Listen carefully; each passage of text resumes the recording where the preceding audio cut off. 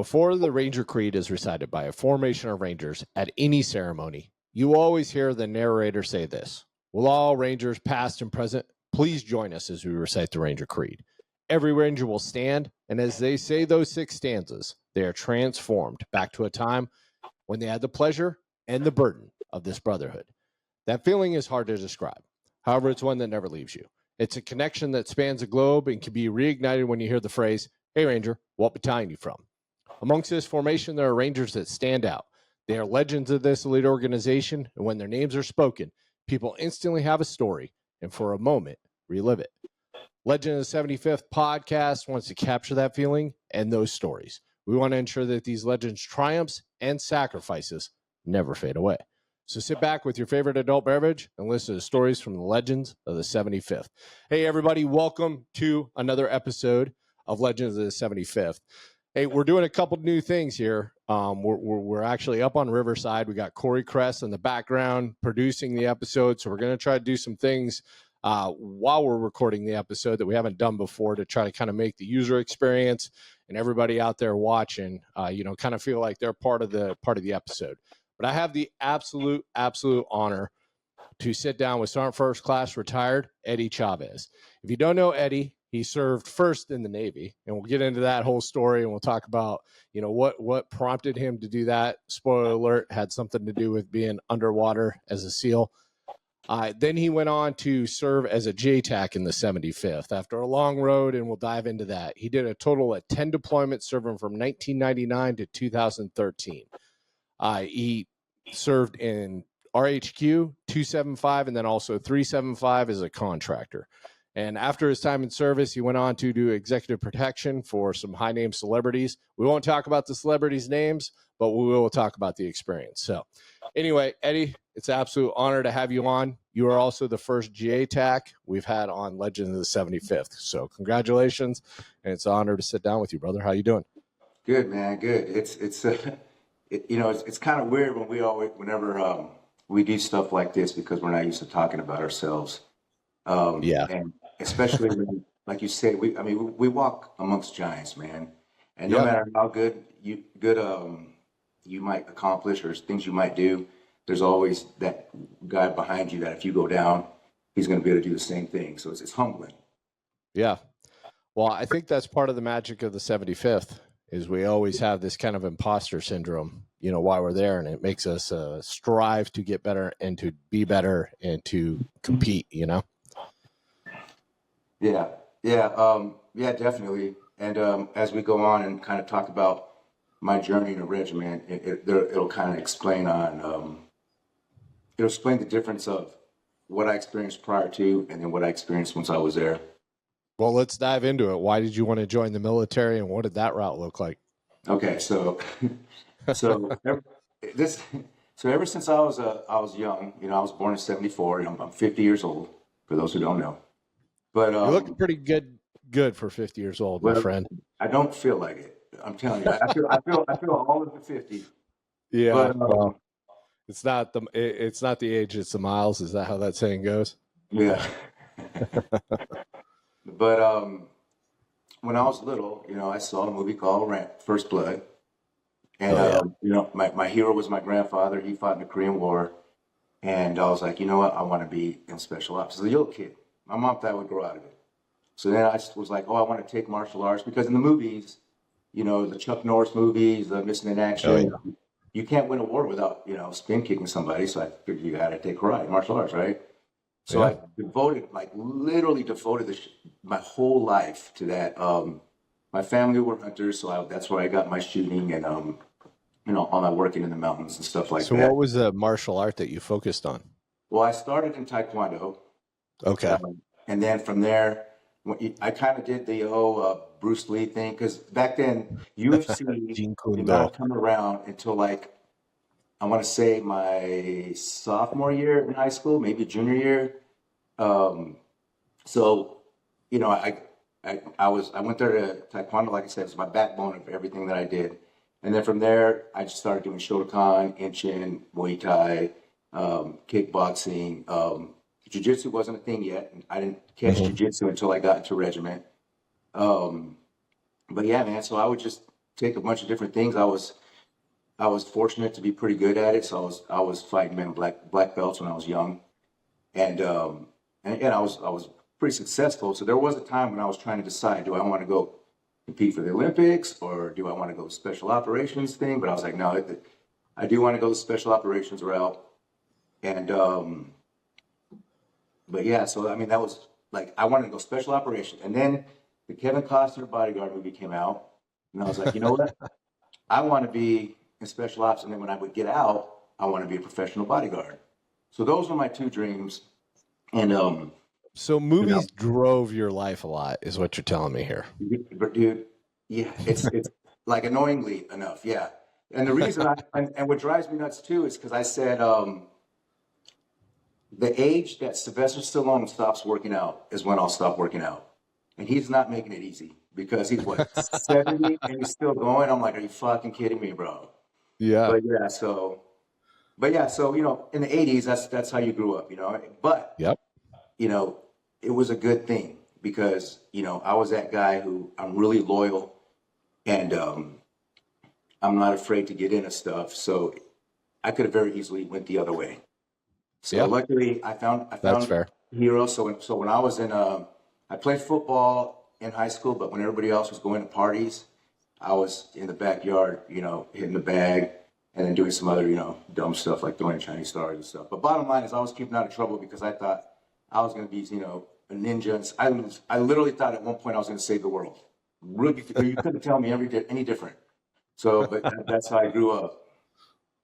Did you I don't know if you ever heard our episode with Matt Larson, but did you know that ninjutsu is actually a real thing and it was a consideration for the martial art of choice for regiment? No, I did not know that. I mean, I did. I knew it was. I knew it was, but I did not know. But Larson was my first rip instructor. Oh, really? Yeah, so I talked to him when I was a you know, what do you call it? Just I guess a rippy or whatever. Right. And we had a little talk about martial arts. One of the times when we weren't getting, you know, the crap smoked out of us. And but yeah, and that's why it was kind of cool to see how he started advancing and brought Yep. combatives to where it is today. Yep. Yeah, it'll be amazing. Now he's working up at West Point. He's teaching the cadet Awesome. student body. So it'll be interesting to see. You're gonna have a bunch of lieutenants out there just able to whoop everybody's ass. That's awesome. All right, so you know the 80s, like most of us, martial arts, movies like Predator, Rambo, Commando, all this different kind of stuff drove us. And then you throw in like the 80s commercials, you know, that they were doing for the regiment at the time. You know, it obviously led you on the path, but that still doesn't, you know, check, you know, you decided to join the Navy. So what's the story behind that? All right, so I had read, and this is how much I was dedicated because I hated reading, but I had read books from the Rangers in Vietnam.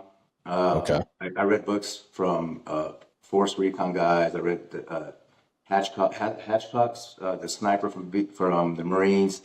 And I read, you know, a couple of SEAL movies, The Men with Green Faces, or books, The Men with Green Faces. Right. And honestly, I was just like kind of trying to find out where I wanted to go. But what got me, and I swear to this day, if I ever found this dude, it would not be a good day for him. But the Navy recruiter was like, hey, man, why don't you go this way? Because, you know, the SEALs are the best and blah, blah, blah. And I'm like, okay, well, what do I got to do? And so he set me up for some crap. But he wrote SEALs on my manila folder. Of course. So, you know, I'm thinking That's how that works. oh man, dude. So I went to MEPS and I was telling them, they're like, well, what were you doing? I'm like, oh, I'm going to the SEALs. And they're like, yeah, cool story. So you have to go to this or this or this or this. And long story short, I ended up working in the bottom of a fucking ship. And anybody who knows me is dying laughing right now because they know they make fun of me. They call me an indoor beaner because I do not like working on shit. I hate working on vehicles. I hate any of that stuff. So yeah, so when I was in the Navy, next thing I know, I'm in the bottom of a ship, and there was a chance to try out for Buzz, and all you got to do is pass. You know, I went and I passed, and they had what they call rate detailers, like our MOS guys for them. And once I passed, it went up to the SEAL detailer, and they're like, "Yeah, we'll take them," because they don't care. They'll take whoever. If you're not good enough, they'll just weed you out. And then my MOS guy or rate detailer was like, "No, we're undermanned. You can try again next time." So I'm like, and once you're on a ship, you're stuck there for 2 years. So I was on that ship. After the 2 years, I did that. And then the third year, my re-enlistment's up, and they're like, "Well, if you re-enlist, we'll let you try out for it." And I'm like, "Yeah, no, I'm not gonna, I'm not gonna risk you saying no again or whatever." So I get out in '97. I moved with my ex at the time, or my ex now, but and my kids, and moved with my mom for a little bit, just long enough to take the SVAB or the ASVAB, and ASVAB, yeah. yeah, and and I was like, well, I'm gonna go the Ranger route because I'm gonna stay as far away from the Navy as possible, and by that time, honestly, as a sailor. I got in a lot of fights with Marines, and we used to beat them up all the time. So I was kind of like, man, I'm gonna go try the Ranger route. And so I joined, and after I passed the ASVAB, and they told me, they're like, "Yeah, you can't be infantry." And I'm like, "What do you mean I can't be infantry?" They're like, "No, you can't be infantry. We'll let you do." And the next thing they gave me was, an FO, field artillery, because what's messed up is they treat some like prior enlisted the same way they treat somebody with like who has like a GED. Even though I had the because they figured you need them more than they need you. That's why I see. back then, right? Okay. Huh. But they Interesting. were like, but you can come in, you'll go to airborne school, and then you can go try out for Rangers because you're this MOS. So I'm like, okay, well, from reading the books in Vietnam, I know they were always calling this thing called spooky, and it was dropping bombs, and that was kind of cool, And yeah, so my heart was I wanted to go in infantry, Right. but I had to go that route. So I went in. I was guaranteed airborne. They said I was guaranteed a chance to go to Ranger, but they lied. I wasn't. And so when I went to basic, just to make this short, because I don't, and if people have seen my podcast or seen me on the team house, I don't want to like keep repeating stuff, but basic, I got worked because there was two ex-fisters who jumped in, who were in Panama with combat scrolls.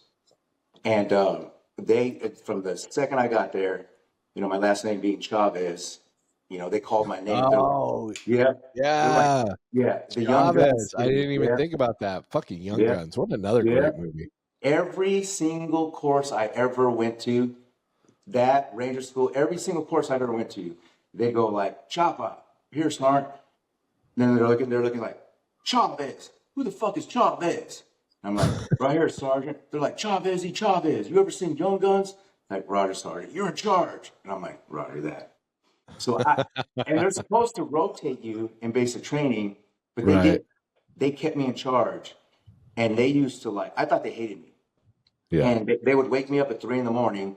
to recite the Ranger Creed, which they never gave me because I didn't know what a Ranger Creed was. So basically, it was just a chance to smoke the crap out of me.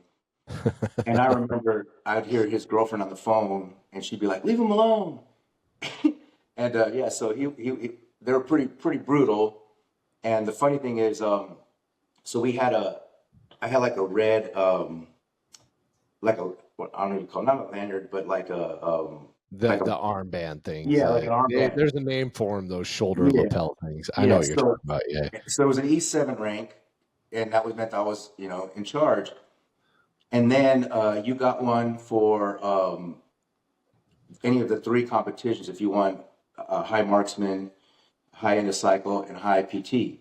Well, I won all of them, so I had 4. So those drill sergeants, oh boy, they were stacked. They thought it was funny that after night chow that they would make me go to another company, walk into the chow hall, and walk up to the drill sergeant table. Now you're talking about 165, 170 pound Eddie Chavez, young Private Chavez, and I'd be walking up to the table, and as you would think, the drill sergeants would be sitting there, and they're like, "Look at this fucking hero." They're like, what do you want, hero? And I would sit there like this, and I could see my drill sergeants in the back, through the window, and I'm like, Oh drill fuck. sergeants, look at these. And then I would just get crushed, and they would crush me. And Yeah. then and I remember them saying that this is nothing compared to Rip, right? So I was like, damn, Rip's gonna freaking be like ridiculous, but Rip Right. would freaking walk in the park compared to this.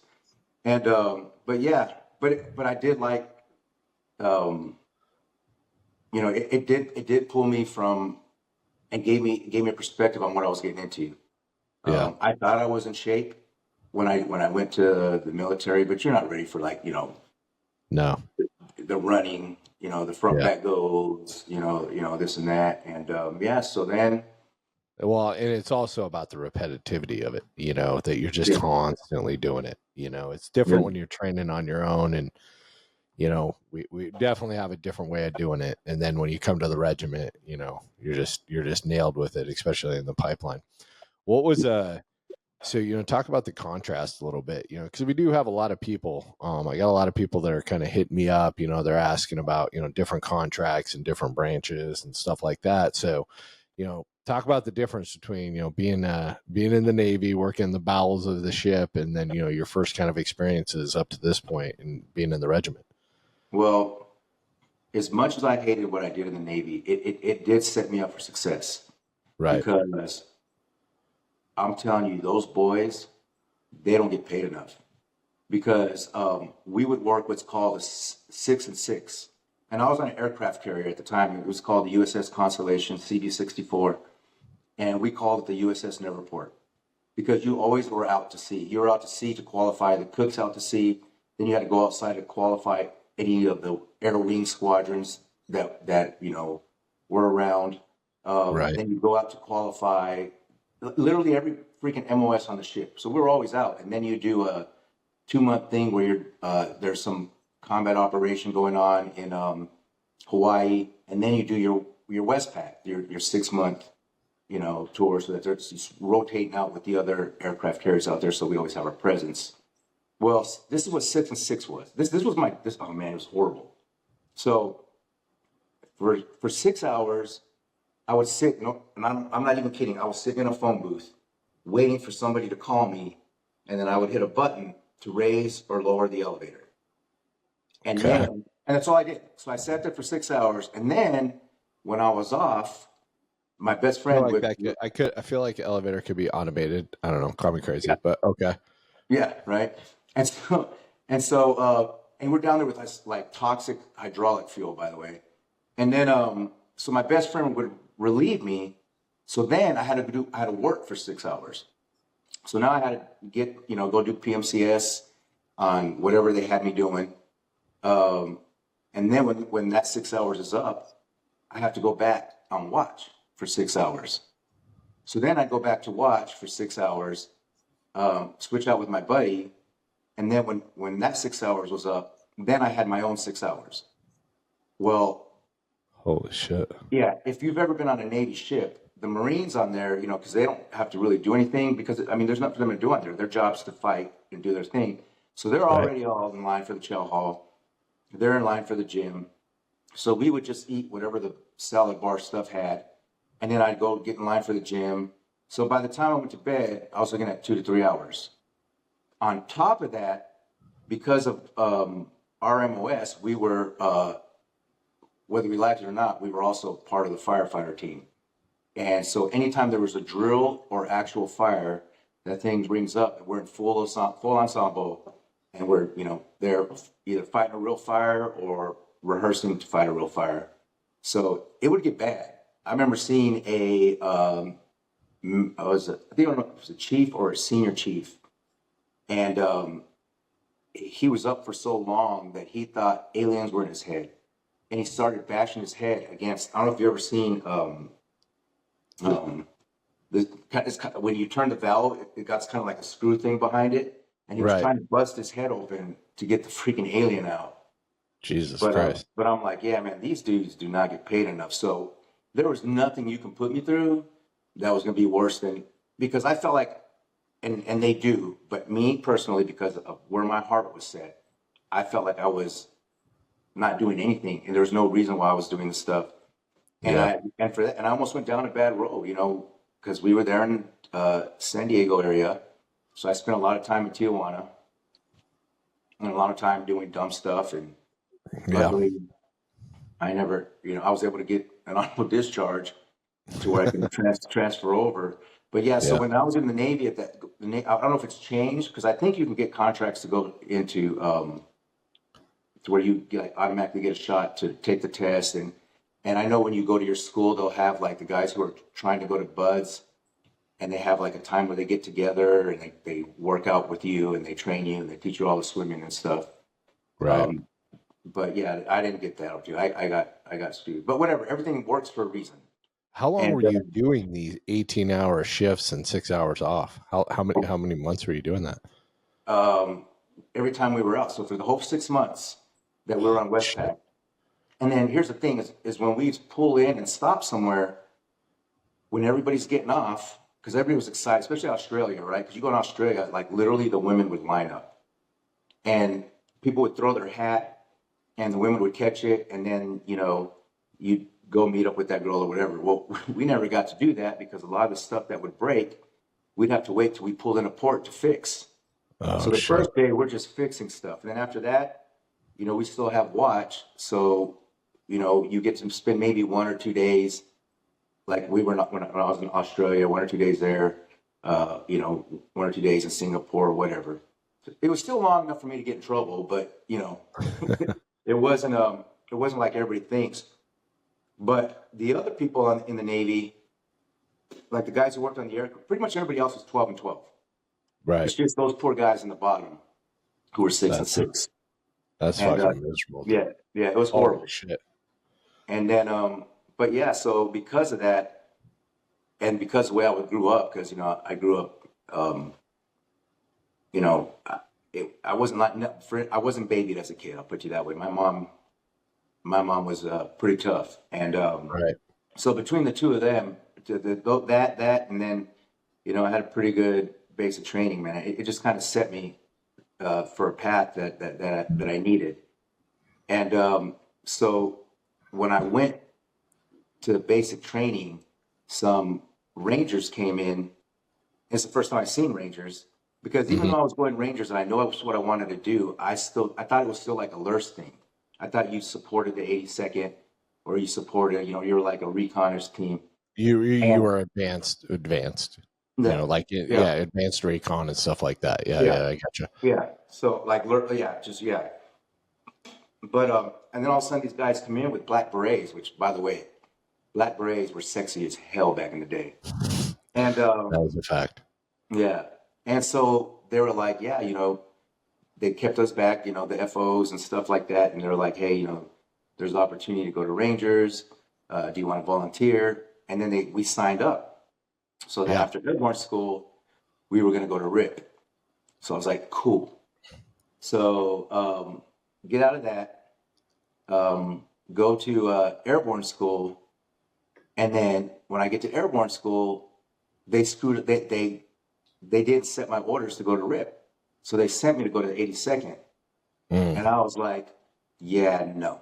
So all I did was I just got in the line with everybody who was in RIP, and I Yeah. got smoked, and I ran, did the run, you know, got beat up, did the layout, and about 2 hours into it, somebody came, he called my name, and they came out, and they're like, "You're like, where's your orders?" And I told them what happened, and they're like, "Well, you're here now, so it is what it is." Yeah. Yeah. It's funny as I we do this more and more and we talk to guys. There's a lot of us that did that. The probably the one of the funniest one is Stephen Dellinger. I don't know if you know who Stephen Dellinger is. They didn't So in process him. Yeah, he was a 175 guy and he was up at 275. They didn't in process him right. And technically the army had him like AWOL for like 2 months. yeah. I was AWOL from the 82nd for like a year, and That's funny. yeah. So then I'm like, I finally made it, man, and I was super stoked. Um, and I got high PT. I'm killing it. I'm doing my thing, and then we do night land nav, and I step off a cliff and snap my knee. Oh shit. So I snap my knee, and I'm like, fuck, I'm not quitting. I'm not quitting. So as soon as we get back to Cold Range, to a little area, remember that little fire pit? Yeah. somebody screwed up, and um, the instructors were like, "Hey, man," they're like, "Everybody get in line," and they made us get in line and hold each other's LCEs, and they made us run in circles until they said they wanted 14 or 17 people to quit. I can't remember. And we Oh, ran. did they actually And tell we you ran. that? Yeah. And we were running in circles. And I remember Oh just the shit, tears coming down my that's a eyes. There was technique. so much pain. And then about, what seemed like forever, like 22 or 23 people quit at the same time. And I'm like, what the fuck? Like, what, if you're going to quit, quit. You know what I mean? Like, Yeah. why are you wasting our time? And I was able to make it through that. And then we did, and then the next, like we got to sleep for like a couple hours. And then we had a 5 mile run. Yeah. And on the 5 mile run, I kept falling back. And that's when I knew that they knew something was wrong, because if you fall back, they cussing you out, and they would just get to me. They're like, "Hey, get up there!" But they're yelling at everybody else, and I knew they knew that something was wrong because I was always up front. Yeah. And I finished that This run. wasn't the status quo for you. This was abnormal. Yeah. I finished that run, and then we went to combatives. And my buddy, I remember he was trying to be gentle as he could, but it was so painful. And finally, they pulled me aside, and they're like, "Dude, what's wrong?" And Yeah. I broke down because I'm like, "It's over." And I'm just like, I broke down. I told him what happened. So the first sergeant at the time was retired Command Sergeant Major Roberts, and he really liked me for some reason. And User so experiences differs. He was not a fan of me when I was young. so he recycled me. And normally you get recycled once and then you go through. Well, I recycled, and then I wasn't ready. So he allowed them to recycle me again. Right. So when I went through the next time, I still had the knee issue. Like I could run pretty decent. I could run upstairs, but I had to get carried by my buddies downstairs. So we're, going through the whole thing, same thing, land nav, all this and that. And on the, whatever, I can't remember if it's 10 or 15 mile road march, I was hurting pretty bad and almost got heat exhaustion. But at the end of it, they kind of pulled me into a room, and I remember it because it was kind of like, I'm like, why is every guy in here? Yeah. And they're like, "Look, Chavez, we're gonna be 100% honest with you. We've been trying to make you quit for a while. It's not because we don't like you. It's because if we send you to battalion next week and you show up injured, they're going to get rid of you, and you're not going to be able to go back." And they're like, "I'm really sorry to say this, but we're going to have to send you to the 82nd." And dude, my life was over. In my mind, my life was like, "Are you kidding me?" And so, so then I ended up in the 82nd Airborne. All right. Hey, Eddie, I'm gonna stop you real quick. I want to dive into that. But I'm gonna do a 20-minute break here real quick. So, hey, everybody, thank you for tuning in. If you want to hear the rest of the episode with Eddie Chavez and his story of how he finally got into the 75th Ranger Regiment, and you want to hear the rest of his time as a GA-TAC and the service that he did and all the deployments, then consider becoming an exclusive member and unlock the full episode along with more than over 76 exclusive episodes that we've done and a lot of the other work that we have there behind the subscription base. So everybody that is a subscriber, thank you for the support. Now let's continue to dive into the remarkable career of Eddie Chavez.